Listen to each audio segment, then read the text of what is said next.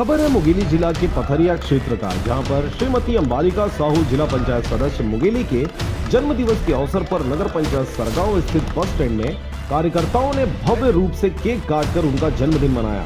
इस अवसर पर नगर पंचायत सरगांव के उपाध्यक्ष सुशील यादव, पार्षद गोपाल अग्रवाल, पार्षद रामफल लहरी, पार्षद प्रतिनिधि खिलावन साहू, इस्माइल मेनन, मुकेश साहू, ऋषभ अग्रवाल के साथ कार्यकर्ता और पार्षदगण भारी संख्या में उपस्थित रहे, जिन्होंने केक काटकर अंबालिका साहू को खिलाते हुए उन्हें जन्म दिवस के साथ साथ लंबी उम्र की मनोकामना जाहिर की। सरगांव से राजकुमार यादव के साथ नारायण बंजारे की रिपोर्ट, RJ झाझर। अगर आप चाहते हैं मीडिया में अपना करियर बनाना, रिपोर्टर, राइटर या फिर एडिटर बनना, तो आज ही संपर्क करें RJ झाझर में।